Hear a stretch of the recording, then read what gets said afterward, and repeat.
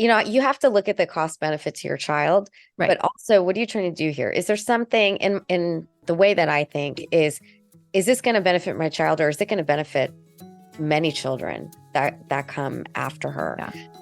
And that also helps me to decide what battles am I going to fight.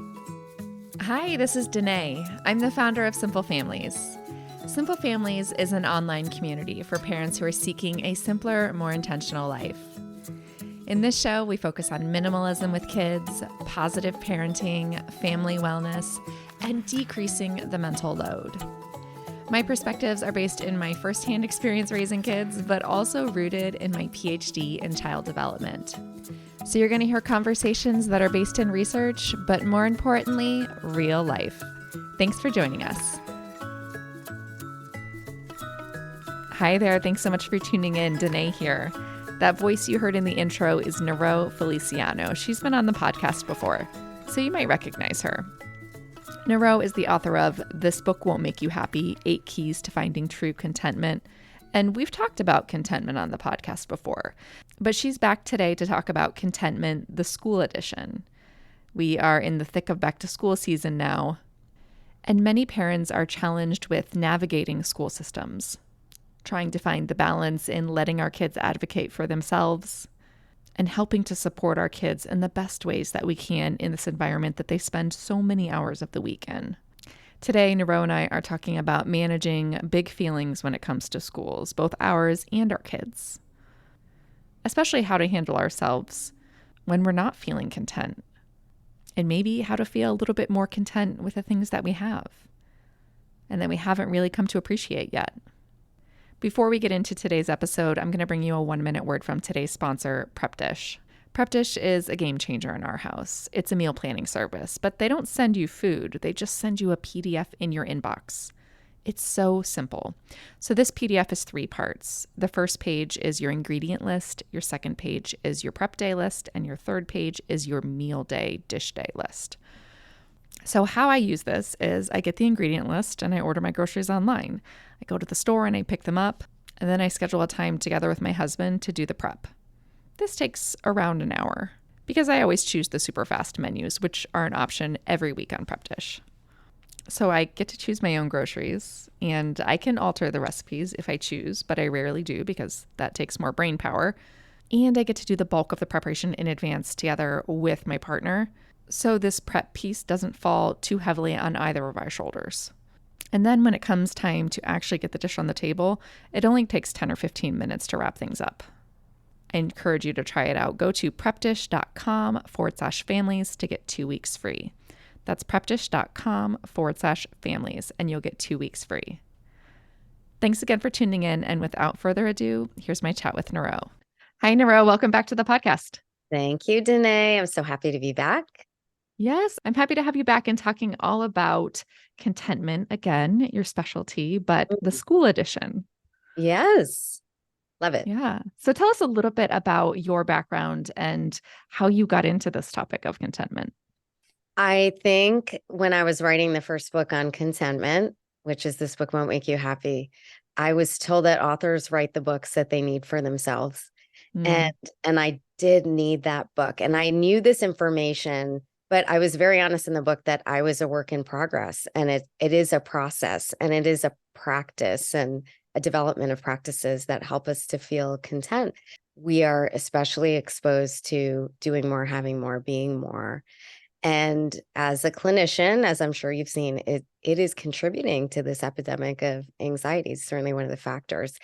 So I decided to formalize my quest to find contentment. And I have to say, writing that book, I hope it changed people's lives. I heard it has, but it's been most impactful, I think, on my own. Just because I love that. I know how to go back to that place of going back to what's most important and which battles to fight and what to let go of, and how to really essentially rewire your brain so that you go to contentment first when you're feeling in this place of want or not enough. Yeah. Tell us first the difference between happiness, contentment, satisfaction. Are those things, do you see them on a spectrum? How do you conceptualize them differently? I do. I think contentment and satisfaction sometimes can be interchangeable, and especially when we're talking about long-term fulfillment. Happiness, I mean, you can use them all interchangeably, but the way I defined it in the book is if happiness is having everything you want, contentment is wanting everything you have. And I would say happiness, the way we're fed it culturally, especially in Western cultures, because the research has shown it's true for England and for Australia, the UK, is that we're told we need to have more, we need to do more. Essentially, we need to be more to earn our feelings of self-worth. And when we get to those levels, then we'll be happier. And that is based on a culture of comparison, which, we have in very close proximity with our smartphones, always being able to look at other people's lives and how they're feeling. But contentment is actually much more sustainable long term. And it talks about you don't have to feel happy all the time. You don't have to be elated, but what really fulfills you, what brings you peace. I know any woman, for the most part, that I know, maybe this is just my friends in perimenopause. If you ask them, would you choose happiness or peacefulness right now? Or calm? Most would Yeah. choose peace and calm, because Yeah. that is a different type of happiness versus the highs that we experience once in a while that are very dopamine driven. Yeah. Yeah. So much so. I've been thinking about contentment and back to school season. We're in the thick of back to school season. And I think, historically, parents have always had strong feelings about their kids' education, rightfully so, myself included. I think when we went through the pandemic, a lot of us kind of saw our kids' education firsthand a lot more closely than we ever had before. And I think we are maybe becoming more and more involved as we've seen that. And I also think the thing that has changed as well in the past few years is that we're more connected to our kids' school experience virtually, right? Like we can see their grades, we can see when they're turning in homework. There's so much more transparency in many ways that makes us more connected for better or worse. Especially as kids get older. And you have 4 kids in public schools. How old are your kids? 16, 14, 12, and one who will be 10 in a month and a half. Okay. So that's elementary, middle, high school, High the whole school. And gamut. my second is going to high school next year. So I'll have 2 Wow. in high school. Yeah. It goes so fast. And I think that's very true. We've been very connected and we're given access in ways that, our parents didn't have access when we were growing up. So Yeah. certainly there is that tendency to want to monitor and control. And especially if you look at, for so many people, the kids are extensions of ourselves. And oftentimes, and I know you see this in practice too, we identify with their success. And oftentimes, if they're not succeeding, we may feel like we're failing. And that's certainly another conversation. However, we can have right now. But that has to be separated. And I think that also drives many people to kind of micromanage and helicopter, snowplow, Yeah. whatever you want to describe Yeah. it in terms of their parenting. So if we feel like our kids aren't succeeding in school, we feel like like we're not succeeding. It's a reflection of us. I mean, Yeah. go to any sports field sideline and just observe the parents. Right. I always feel like they need a therapist on the sidelines, especially Yeah. in Fairfield County. You're like, oh my gosh, this is 8-year-old soccer. This is Right. not college scholarship time. Even so, you already Yeah. went to college, right? So it can happen so subtly, but when it does, it can be insidious, and especially to our kids' mental health and our own. Yeah. Yeah. I read a quote a year or so ago, and of course I have no idea where it came from, but it's really stuck with me. It's the most therapeutic thing that you can do for a kid is to help them succeed in school. And I Oh, love that. mm, Thinking about the connection between yes, mental health and success in school. yes. And that is, I think it's something it's so important and underrated. I think so. And when you say the most, you said it was the most The most therapeutic thing. therapeutic thing that you can do for a Yes. kid is to help them be successful in school. So I think though it depends on the definition of help, and it Mm, also depends on the definition of success, because I can see that go the other way yeah. too. Yeah. That if you're so driven to help your kids in that you're doing everything for them, so that they can be successful. I don't think that's helpful. And I think See, that I heard actually that totally different. That's you interesting did. thinking about it that way. Because when I hear that quote, I hear they have to be socially, emotionally successful in order to be able to learn and to thrive and to feel good about their performance in school. That's how I hear that. But I can see it Yeah. from your perspective too. I heard it very differently, and it's probably a reflection of what I've seen in practice over the Yeah. years here. You know, I mean, 18 years in Fairfield County, working with parents and adolescents. Right. I hear it differently because I hear it as your kids need to be successful at all costs. And Or it's they your won't be job to happy. help them, or they won't Or be they, happy. right. Right. And so I think it really depends on your definition of success and also your definition of what does helping them actually mean. Yeah. Yeah. So much. I think, have you experienced dissatisfaction with your kids' schools? Is that something in your journey so far as a parent? So it's interesting because that changes at the level that you're in. And I know parents who've been dissatisfied at every level for sure. Um, I think the only time I have experienced true dissatisfaction was more recently at the high school level when my daughter tried to start an affinity group for Latino students and she was told she couldn't. Hmm. And that was something where I had to step back. And this is part of the field that I studied in as well, and why it's important in terms of identity, and especially as a minority in a predominantly white culture, to have your groups.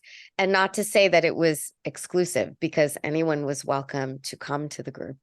But the educators at that school did not understand the importance of it. So here you have a 15-year-old, or actually, yeah, 15-year-old sophomore at the time. And I said to her, okay, I'll let you take this as far as you can go, because I wanted to empower her to do it. I didn't want to step in and say, I can put an end to this in a minute. Right. I can give them all the research articles that show why Yeah. this is detrimental. Their decision is detrimental to their school and also to Latino students. But I let her fight it as far as she can go. And we had conversations and I affirmed her actions, and she went back several times. And then at the end of it, she did hit a brick wall, which is where I stepped in. And now they have a very thriving Latino affinity group at the school. Yeah. So that was a dissatisfaction at the systemic level where, okay, we need more education for our educators, and especially in certain environments. But I had to navigate it very differently with an older student, because at that point, they're 2 or 3 years away from going off and living their own lives and advocating for themselves, and we're not going to be there. So Yeah. that decision was very different than earlier on. But in terms of my other kids' schools, I've been very satisfied. I feel like we've been very lucky in our school Yeah. system here. Yeah, I think when my kids were very young, before they were even in school, I had a lot of hopes and wishes for their education. And I think a lot of it surrounded methodology and curriculum and wanting certain ideals. And, we moved a lot in the early years. My kids switched schools a few times. And I really transitioned to really just wanting a place where they felt loved and they Yes. felt embraced and they felt happy. And I think that's something that has really stuck with me as they're getting older. They're going to be in second and fourth grade this year. And that's first and foremost, that a place where they can feel safe, a place where they Yes. can feel embraced. Mm. And we have that, but my kids are at independent schools. And that is a huge privilege to be able to really search that out and find a place for them to feel loved and embraced. And I wonder if I didn't have that, how I feel like that would be challenging for me if my kids didn't feel like that in their schools. And I Yeah. feel like that we have that privilege that they do feel that. I think there are definitely parents with kids, and especially if your kid has any special need, learning need, or any sort of special need, where there are battles that they're going to have to fight, especially in the public school system. And I've seen many parents go to bat for their kids when they've been told no, when they've been given information that's inaccurate about their kids. They really have had to take it to other levels. And then ultimately for some to find a place where their kids are understood and feel loved, and also feel a sense of belonging. I think that's really important in school systems.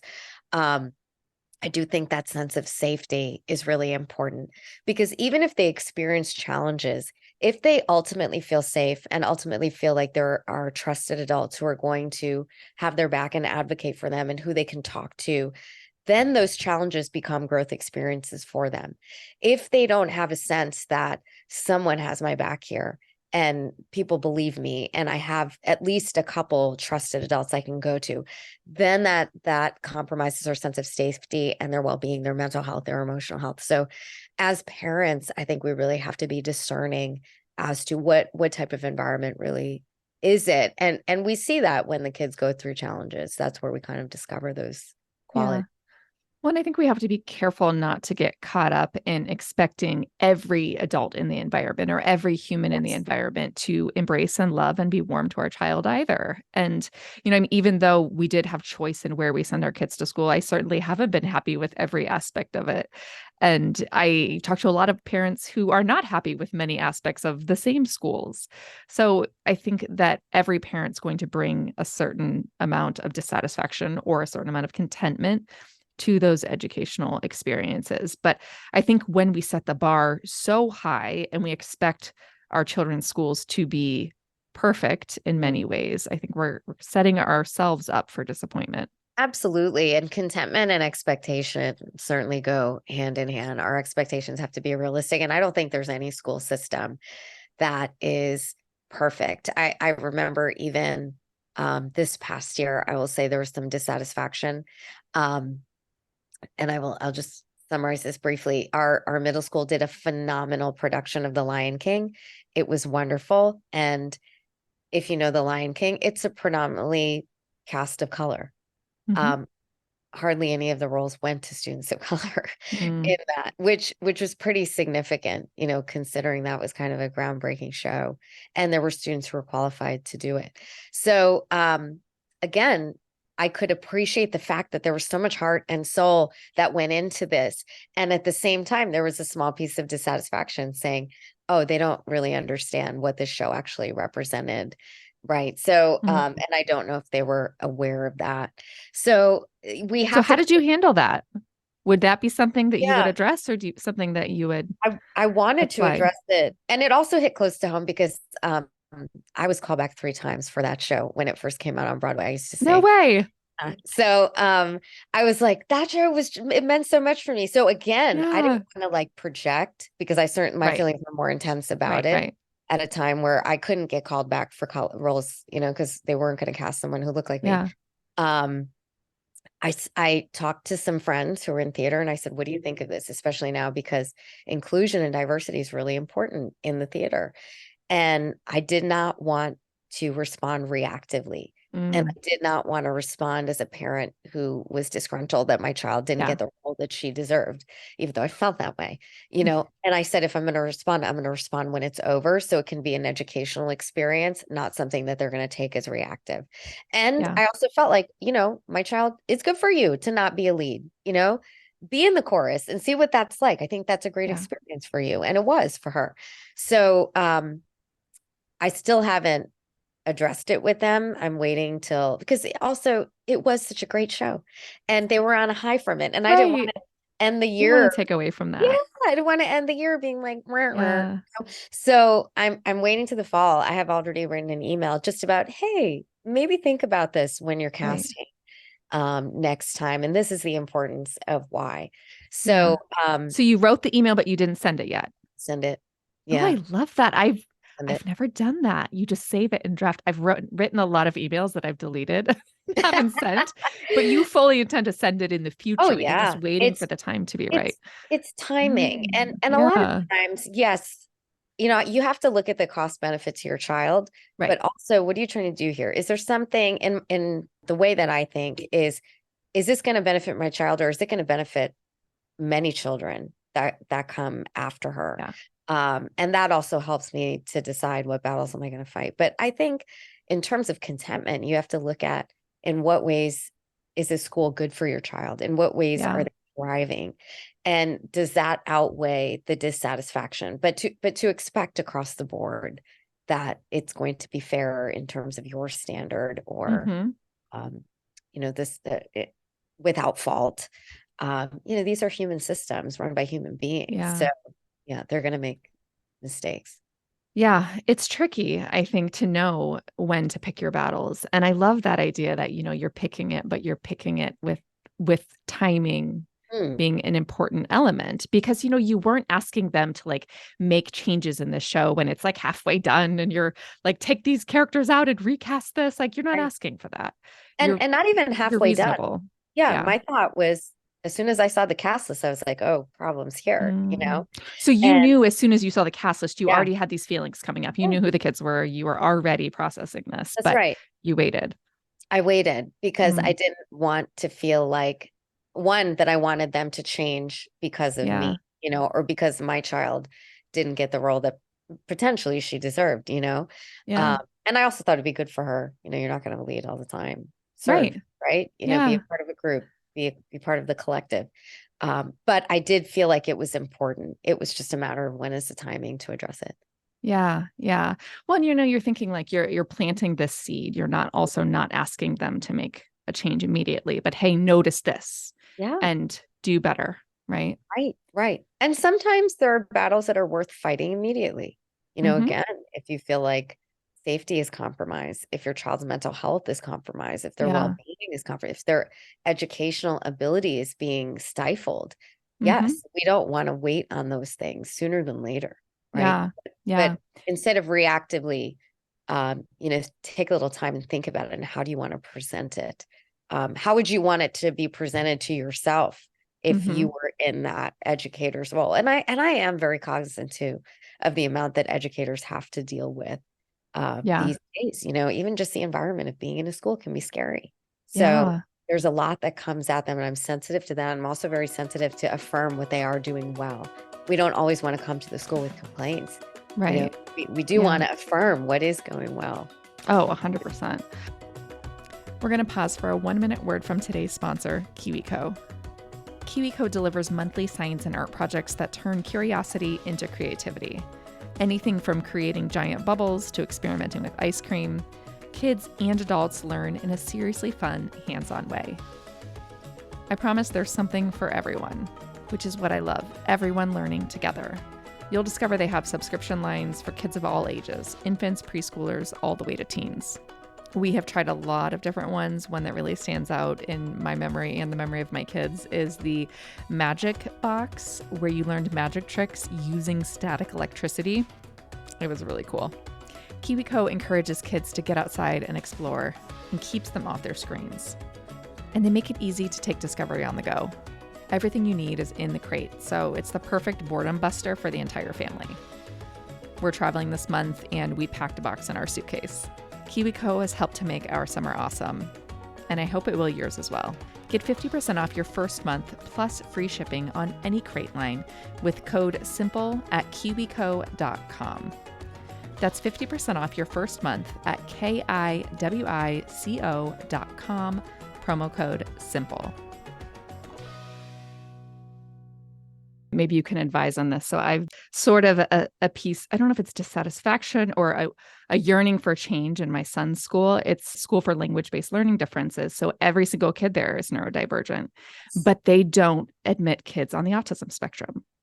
Oh, It's like a policy they have. And it has been weighing so heavily on me for over a year. So about a year or so ago, they announced they were getting a new head of school. So it felt like I needed to wait until the new head of school came in to really raise this policy or raise a possible change in the policy because it is quite a large change to right. the admission structure.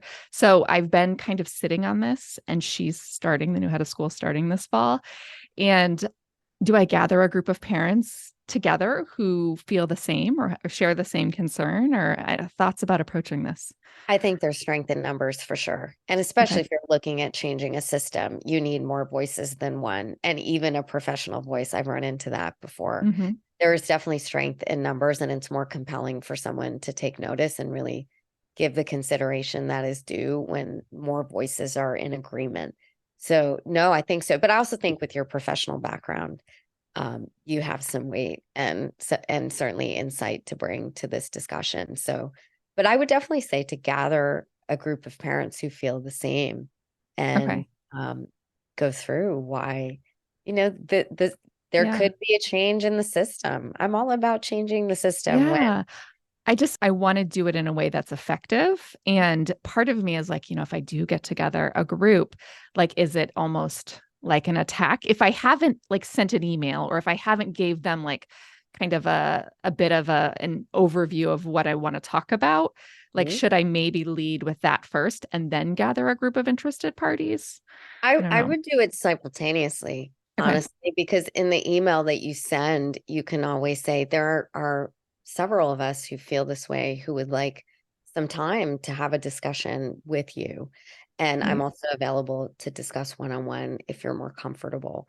But I think you can present the information and whatever pertinent research and your thoughts and timeline in terms of, your progression in Yeah. consideration and also allude to the fact that you're not the only one. Yeah. Should I have a PowerPoint, do you think? Are you a PowerPoint person? I think if It you know, depends. Like, if it's I something I'm like, if it's get something I'm really passionate about, yes, I'm a PowerPoint person because I really want to get my point across and I don't want to get lost in the weeds, if that makes I sense. like that. And I love PowerPoints when I do talks too, because it keeps me focused. So, and I do think it shows, hey, I care enough about this that I did the work, Yeah. right? I, Like, I'm it's serious here. This yeah, isn't just that a I did passing the work. conversation. And here, go ahead and share this with other people who are decision makers. So Right. because they can't, she's not going to be able to capture every moment of your conversation and Yeah. retell. But Ooh, I like that. Yeah. yeah, So it's kind of like I'm writing the notes for you in advance. exactly, exactly. But see, these are the types of conversations we need to have with trusted, objective, for the most part, people before we go to schools and systems and try to make Mm, changes. Because I do think the biggest issue that I've seen is people do things reactively and they lose credibility in the way right. that it's conveyed. It's not necessarily what's said, but how it's said. Yeah. We take time to actually talk these things out before and let some of the emotions settle when they can. Sometimes they're pretty intense. We are more likely to be heard and Right. acknowledged. Yeah. Yeah. And it's tricky, because I think these things surrounding our kids are all very near and dear to our hearts. And, sometimes we do want to act quickly, but then could it make us less effective if we're too emotional or passionate about some of these things, or if we come in too hot on them? I don't know. Have you had that experience? Has that happened to you? I did with camp. Yeah. Came in super hot, and today it takes a lot to get me there. But Yeah. when my child's safety is Mhm. compromised and you're not there to talk to them and you hear about it secondhandedly, I was super hot. I was super hot. And then I had to take a step back and write a very conscientious email and say the same things in a professional manner. But yeah, I have had that. And that's what I said. Sometimes the issues are big enough where, yeah, you need that intensity of emotion. But I also think it can be different, public schools versus independent schools. I've seen people have to fight really hard sometimes in public school systems. And having gone through independent schools my whole life, I have seen for myself, even though my kids are in public school, they listen to parents differently in Mhm. independent school systems. You're funding them. So Yeah. it's a different situation. Yeah. And at times it depends on how much funding you're providing as to how much they listen, That's right. Yeah. I mean, which is an are you unfortunate truth. creating a building a building, or Right. just your kids Yep. going to school? Yeah, there's a Yeah. difference. Yeah, absolutely. Yeah, I think it's tricky. We had a bullying incident this year, and I thought that it was handled extraordinarily poorly. I don't even know if that makes sense to say Mhm. together. Quite poorly. Yep. And that was one of those things where to me, it had to be done in the moment, right? There was no like, I mean, I think it really signified a major need for overhaul in all of the bullying policies, which I think is a bigger issue. But at that moment, this was handled poorly. You botched this. Like, we need to fix this. And it's tricky, I think, and you've probably run into this as a professional in this field, is that, I had a whole lot of ideas on ways they could have done this better. And I often try to hold it back. But in this situation, there was no holding it back. There was like, this is what you did wrong. And this is what you need to do Yes. better next time. Yeah. And I Because think yeah, it make was it bad. clear. Yeah, you have Yeah. to make it clear. And that I would say is one of the number one issues schools are dealing with. We had an incident at our middle school this past year, and it was dealt with beautifully. And in fact, they wanted to deal with it in a way that was above and beyond, I think, what was expected by the parents. So, we had a really good experience with that. But what the principal is telling me is this is the number one thing that they're seeing now at that middle school level. So I think that's a battle worth fighting, because I can't tell you, for years and years and years, when I'm dealing with adults and anxiety, how many adults have brought up bullying in middle school as one of the things that impacted their self-esteem the most, and they're still dealing with it as adults. Yeah.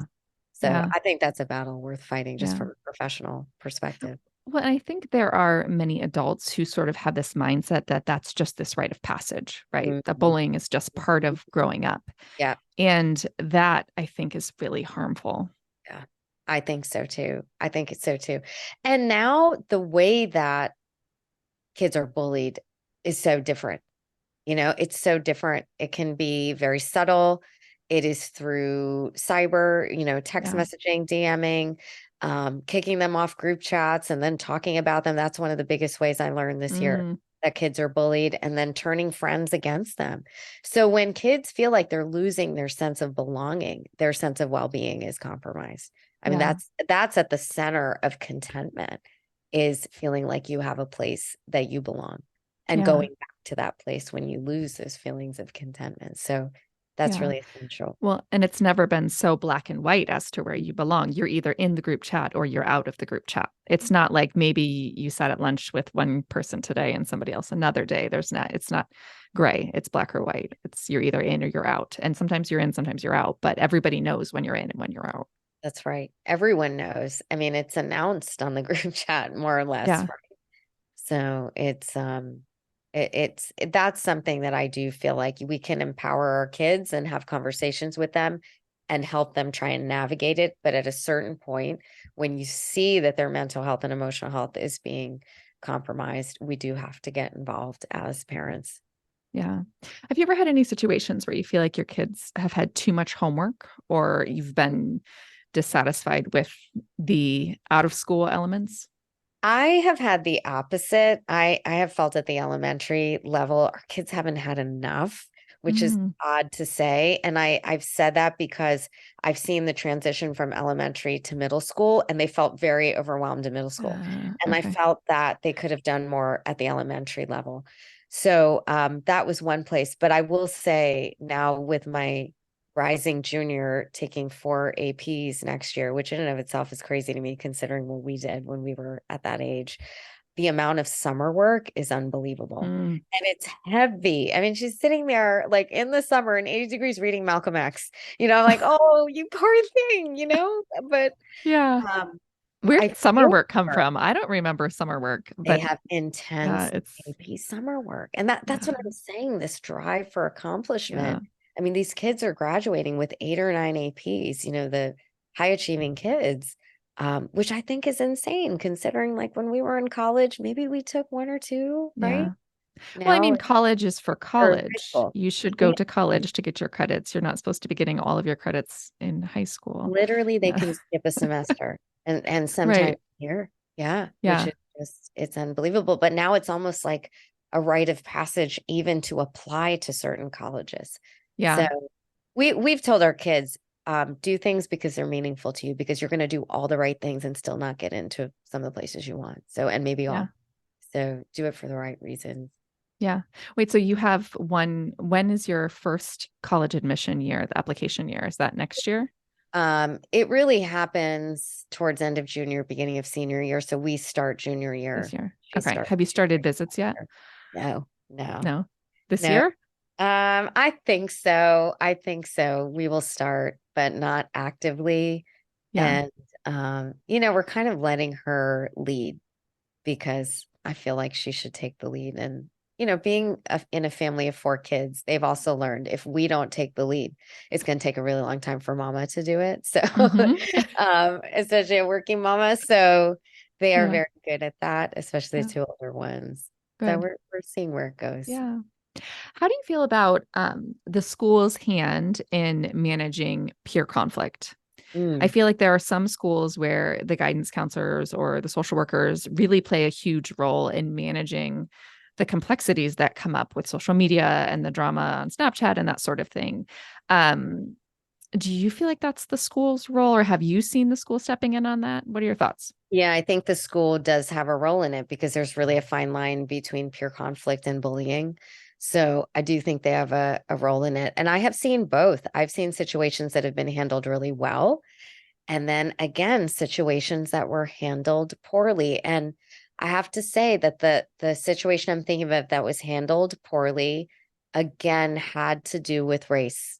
And it Mm, was more the reactivity of someone not a part of that minority group that was reacting in a way offended, and not understanding the cultural complexity of the situation and the fact that those kids within that group were not offended, but it mm, became a bigger issue than it needs to be. And some of those kids were, called to action, disciplinary action.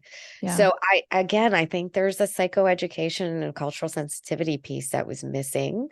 That is part and parcel with growing up in the environment that, our town is not all that diverse. So Yeah.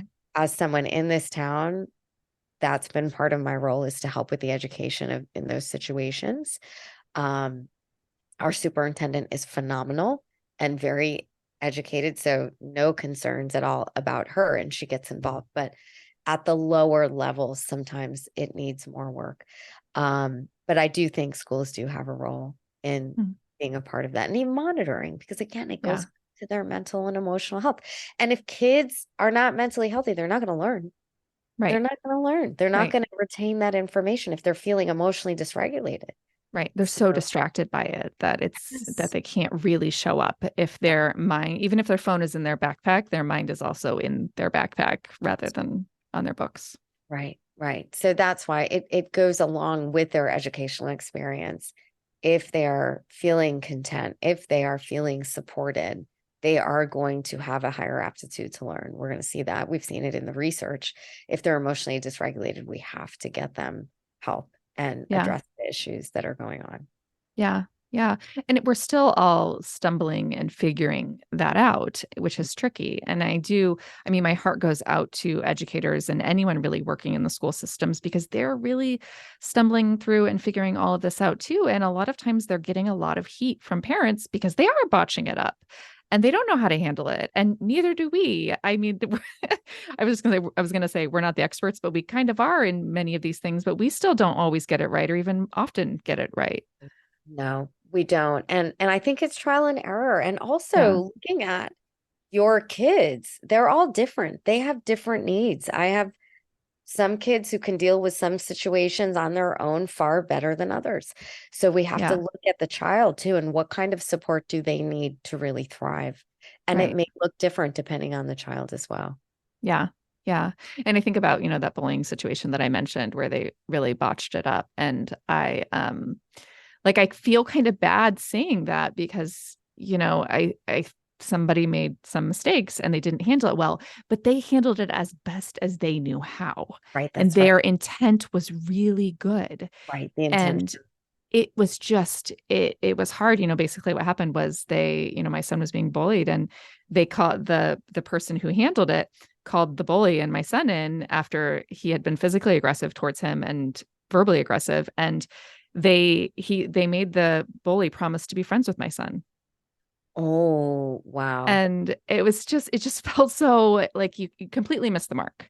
Wow. And but the challenging part was that I think that the intent was good and that they really wanted the best in this situation. But I don't know, I just felt like if this is your role, if you're the one put tasked with remediating this, you got to Mhm. do better than You that. have to do better. Yeah. Yeah. And it takes time to repair. It Yeah. takes time to repair, and we have to look at what makes a child feel safe. And also, especially in this day and age when we're seeing more incidents of bullying and suicide, it is not something that we can take lightly. And if, Yeah. like you said, if you see that it was not handled properly, the kids are powerless in that situation. We Yeah. do have to step in. Right. Right. And they're learning, right? They're learning what Yep, the they're expectations learning. are But I love through that you us. said, I looked at the intention. right? Mm. I even say that when I'm talking with couples going through different situations that, yeah, you heard what that person said, but what was their intention behind it? Mhm. Let's start with that and then work forward. Right, right. That can help us to get a better understanding of the big picture and also how to approach it. Yeah. Yeah, absolutely. Well, thank you so much for this chat today, Niro. I hope that it will bring some insight into people who are starting off this school year with any kinds of reservations or challenges, because I know we all are in some way, shape, or form, always. What are you working on now? What's new in your life? What am I working on? So still doing media. It's been fun. I've been on the Today Show a bunch of times now. Yeah. And working on a second book about contentment during the holidays, which is a time where a lot of things come to the surface. It's a tough time to feel content for so many people Yeah. for so many reasons. And that book is called All Is Calm-ish: How to Feel Less Frantic, More Festive During the Holidays. We're still figuring out the subtitle, but Oh, that's I'm so right now excited. slated to come out 2024 Do you fall. have a dressing room or a chair at the Today Show with your name on it yet? Not No, quite. no. Soon. I'm in the green room, Okay. with everybody else, but it's I love fun. it. No, that's been a very unexpected opportunity at this stage of my life, but it's been a lot of fun. Yeah, you've been amazing. When I went to your book launch party before I met you and heard you speak, I was just like, oh, she's going to do very big things, because I Oh, loved everything that you said. And you're an amazing speaker and author and thank influence. So you. I'm excited to see what comes from you next. And I hope Thank you'll be you back so much. soon. I will be back, and thank you for those words. That means a lot coming from you, because Oh, you thank you, have Niro. all my respect. Oh, All that thank you. you. I appreciate it. Thanks so much for tuning in today. I hope you enjoyed my chat with Niro. If you want to learn more about her and her book, go to the show notes at simplefamilies.com/episode 357. Thanks for tuning in, and I'll chat with you next month.